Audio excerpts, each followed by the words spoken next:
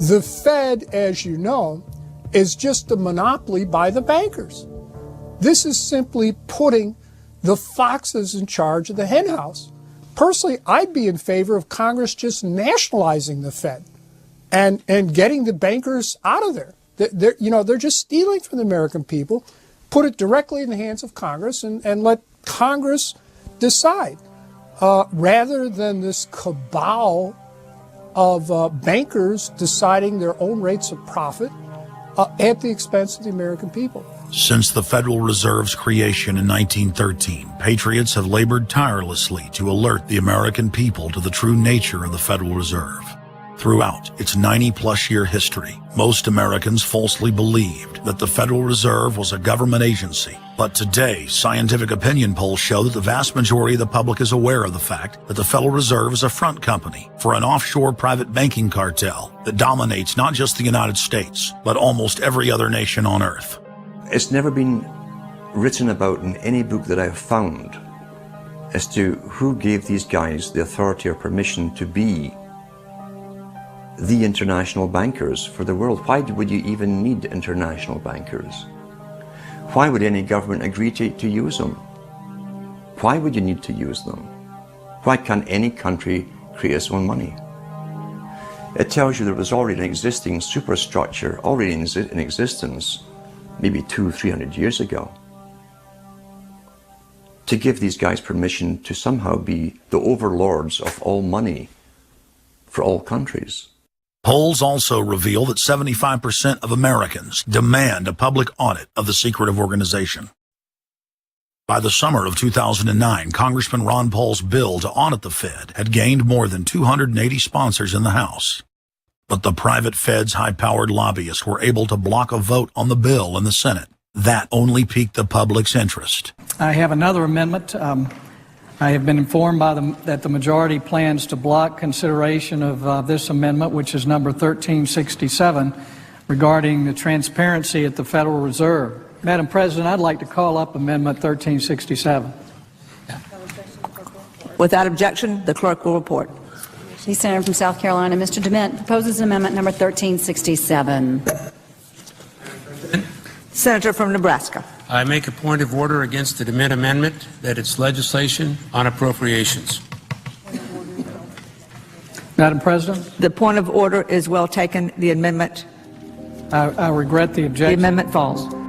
The people began asking themselves, why couldn't there be an audit of the Federal Reserve? The Fed has never once been audited. In the whole period of time, in the almost 90 some odd years that the Fed has been around, the most powerful agency and independent agency, it has never once been audited. This is an absolute crime against the freedoms of this country. Do you think it would cause problems for the Fed or for the economy if that legislation was to pass? My concern about the legislation is that if the GAO is auditing not only the operational aspects of our programs and the details of the programs, but is making judgments about our policy decisions, that would effectively be a takeover of monetary policy by the Congress. Is that your position, that this bill, if it were to be passed, would interfere directly with interest rates, setting interest rates? If we were to raise interest rates at a meeting and someone in the Congress didn't like that and said, I want the GAO to audit that decision, wouldn't that be viewed as an interference? I wouldn't think so. This is just reviewing it, and you can do what you want. The Federal Reserve has never been subjected to an outside audit. And if you audit them, it's very likely that Greenspan, Bernanke, and Volcker might all go to jail. It was announced earlier today, that there will be a hearing on H.R. 1207, the bill to audit the Federal Reserve Bank. This will be the first independent audit in the Federal Reserve's 96-year history, and it's long overdue. Months ago, I asked the Vice Chairman of the Federal Reserve who received the $1 trillion in funds that the Federal Reserve has handed out to domestic institutions. He said, I'm not going to tell you. And then more recently, the Chairman of the Federal Reserve, I asked him who receives the $500 billion, we're talking about $500 billion, that the Federal Reserve handed over to foreign central banks. Who did they disseminate that money to? And he said, I don't know. $500 billion, and he doesn't know. It's long overdue. We need to audit the Federal Reserve, and I'm happy to say that we're going to have a hearing on that very soon.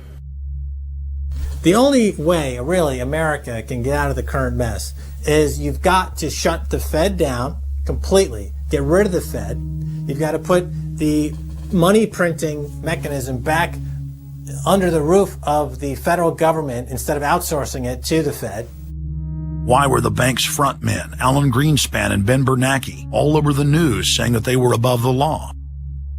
What is the proper relationship, what should be the proper relationship between a chairman of the Fed and a president of the United States? There is no other agency of government which can overrule actions that we take. What the relationships are don't frankly matter. A grassroots movement demanding that the private Federal Reserve be nationalized exploded in size across the country. The momentum had shifted. Now the arrogant central bankers were the ones running scared. They had planned to use their stage crisis to bring in an all-powerful central bank of the world. Immediately, every country goes into action at the same time.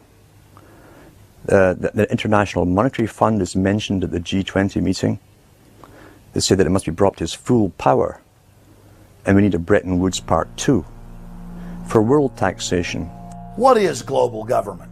For decades, the media denied it existed.